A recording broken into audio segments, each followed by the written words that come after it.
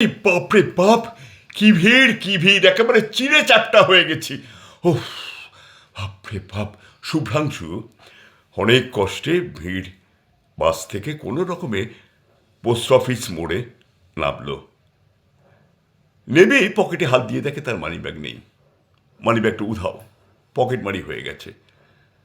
দুটো হাত দিয়ে কপাল চাপড়াতে লাগলো।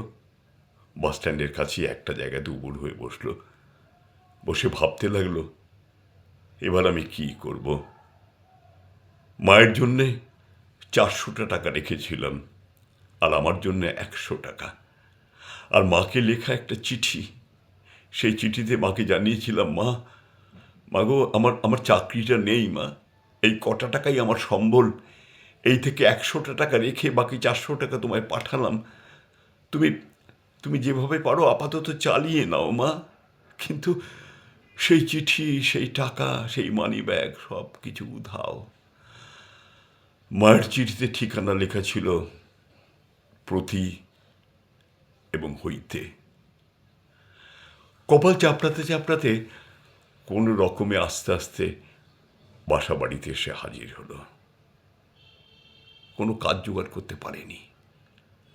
খুব খারাপ অবস্থার মধ্যে শুভ্রাংশুর দিন কাটছে। দিন 7-8 পর হঠাৎ দুপুরবেলা ওর নামে একটা চিঠি এলো। পিয়ন ওর হাতে চিঠিটা দিল। চিঠিটা দেখে শুভ্রাংশু অবাক হয়ে গেল, এ তো মায়ের হাতের লেখা। চিঠিটা খুলে পড়তে শুরু করলো। বাবা শুভ, তোর টাকা আমি পেয়েছি। 5,000 টাকা তুই আমায় পাঠিয়েছিস। আমার খুব কাজে লেগে গেছে বাবা। ওই টাকা থেকে কিছু টাকা দিয়ে আমি চশমাটা তৈরি করেছি, জানিস তো।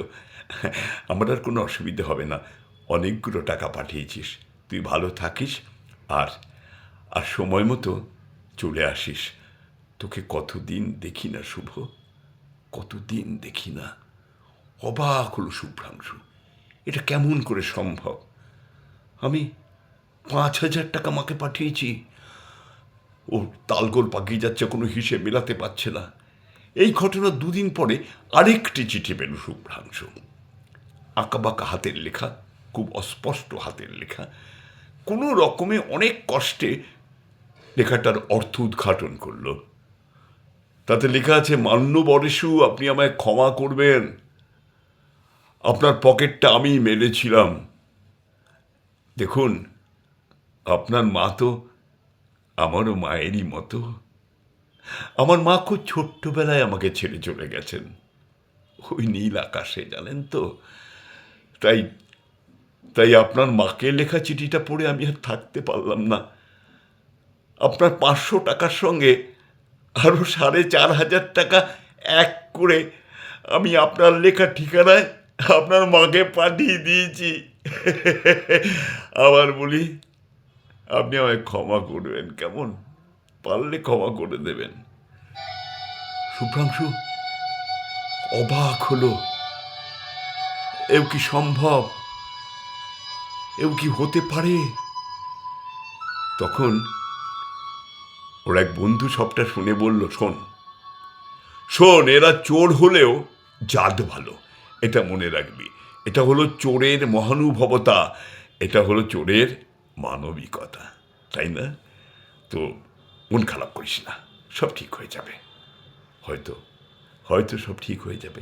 আমরা তো এই আশাতেই বুক বাঁধি, হয়তো সব ঠিক হয়ে যাবে, সব ঠিক হয়ে যাবে। সবাই ভালো থাকবে, সবাই ভালো থাকবে, এই তো আমাদের কামনা। ঠিক কিনা বলুন? সবাই ভালো থাকুক, সুস্থ থাকুক, সুন্দর থাকুক, এই আমাদের কামনা।